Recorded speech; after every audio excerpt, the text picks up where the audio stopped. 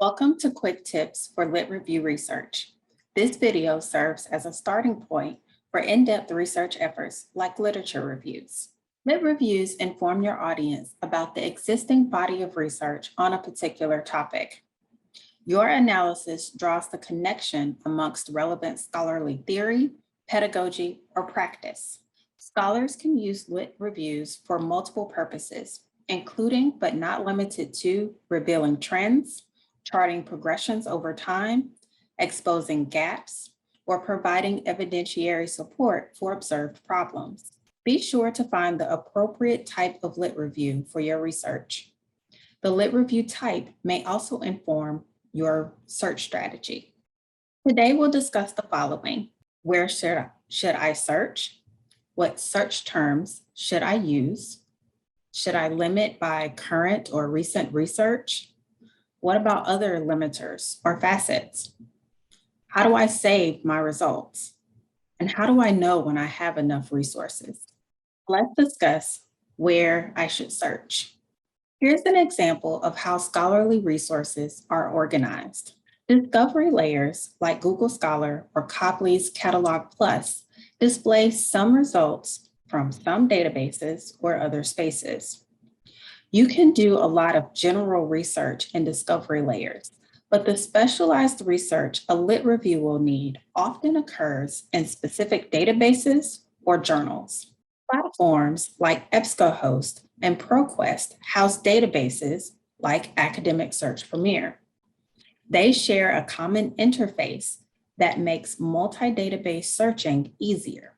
Some platforms like Sage Premier Journals or Taylor and Francis function like a database and house the journals or other scholarly resources published by that specific publisher.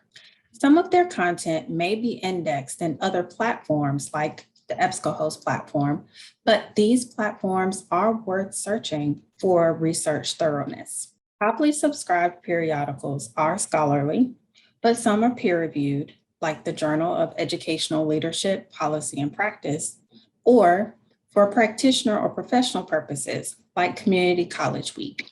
Scholarly resources come in different formats, like articles, great literature, such as dissertations or editorials, and video. Remember that the appropriate resources for your lit review may come in different formats and not just peer-reviewed scholarly articles.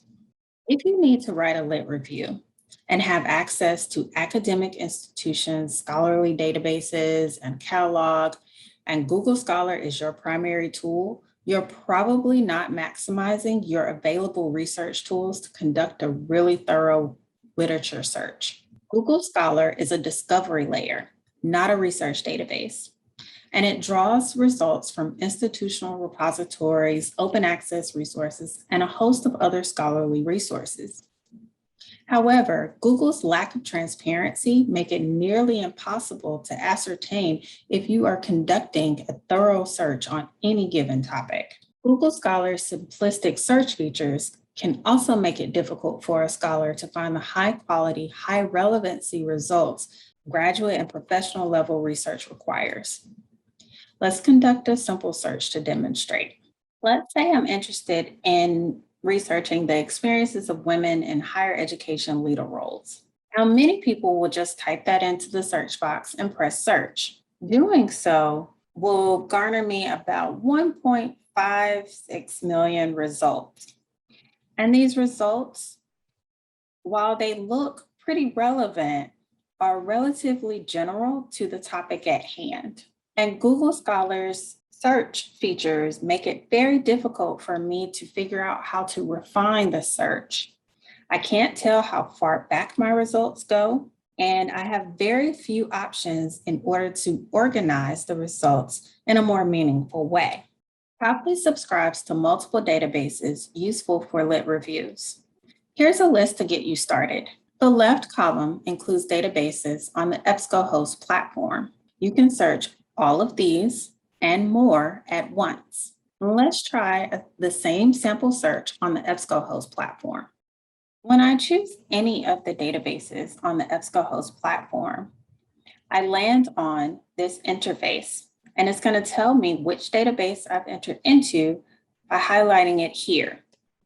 For the purposes of this search, we're going to conduct a multi-database search. And you can do that by choosing the databases here in the Choose Database feature. These are all of the databases that Copley subscribes to on the EBSCO host platform. For this sample search, we're just going to select all of the databases. When you're conducting your search, it is very likely that you will select specific databases that are relevant to your topic to use. Same basic search here. This time, I have about 189,000 results in comparison to the 1.5 million results I received on Google Scholar. And in this case, these results seem a little bit more relevant to the topic at hand, even though I use the same search. And unlike Google Scholar, I have many more options in order to refine my results more quickly. For example, I can tell that my results are going all the way back to 1824. I have options to limit to those coming from the scholarly peer-reviewed journals, and I can look at all of the source types. I can choose different subject terms that I may be interested in, and also look at the publications that these works may be coming from and how many results are coming from particular publications. That could give me an indication of which publications I need to focus my attention on. Here's my rule of thumb. If you've been searching for about 15 minutes and you encounter a challenge like low relevancy results, too few results, too many results, it's time to contact your librarian. Email me and I'll get you back on the right track. In the meantime, you can focus on something else. Now, let's talk about using appropriate search terms. Search terms are usually based on keywords or controlled vocabularies like subject terms. Databases typically contain thesauri or subject term lists to help you refine your search. For example, instead of simply using leadership, you can use educational leadership as a subject term in order to increase your result relevancy. What about other search limiters or facets?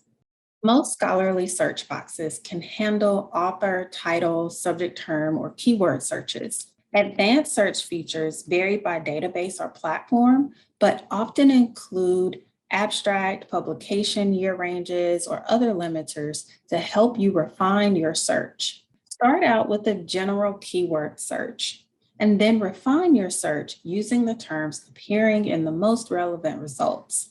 The term current or recent research varies greatly depending on topic and discipline. Research is often cyclical and dependent on trends. It is best to leave publication year ranges open until you determine which years are the most relevant to your particular research topic.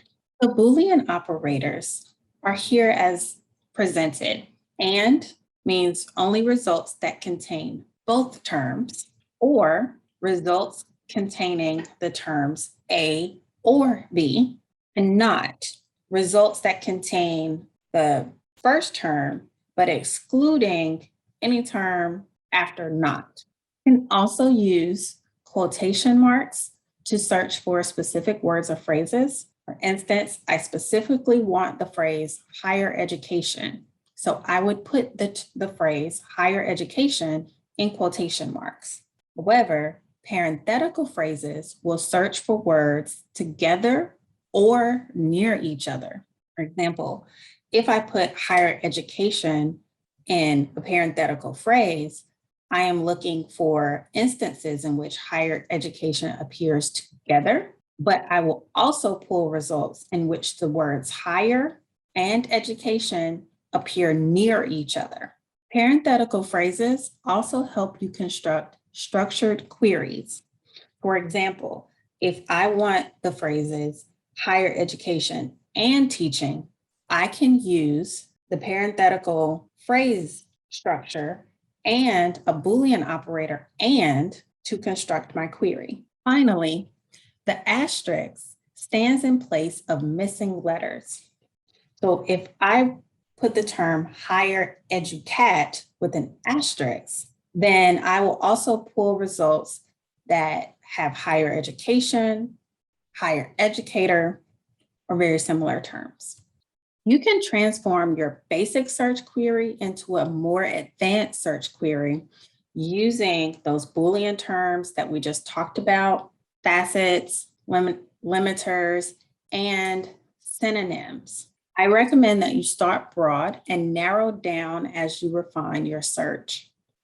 Keep track of the changes that you make and which searches yield the best results. Once you build a working search query or two in a space like the EBSCO host platform or the ProQuest platform, you can copy and paste that query into other platforms like Sage Premier Journals or Taylor and Francis. This keeps your searches consistent and will require minimal modifications from platform to platform. Use the abstract limiter for essential search terms, instruments, or methodologies. If the abstract is well written, essential terms like topic-specific terminology, testing instruments, or methodologies should appear there. How do you save resources? Use a citation management system. You'll thank me later. Zotero, EndNote, and Mendeley are supported at USD. Finally, how do I know when I have enough resources? It really depends on the parameters of your research. Sometimes you need to stop to preserve your sanity or to meet a deadline. But I have a couple of tips for you. If you've searched every portal you can access, you've met with your librarian, you're probably in a good spot. Don't forget to reference mine and ask your librarians for advanced search tips on how to find other resources using reference mining or citation references. Another tip, if you start seeing repeat occurrences of the highly relevant resources, either in other platforms or you're seeing them referenced in other resources that you have pulled, you're likely in a good space to pause your resource gathering. Take what you've read and gathered and go read and annotate some more.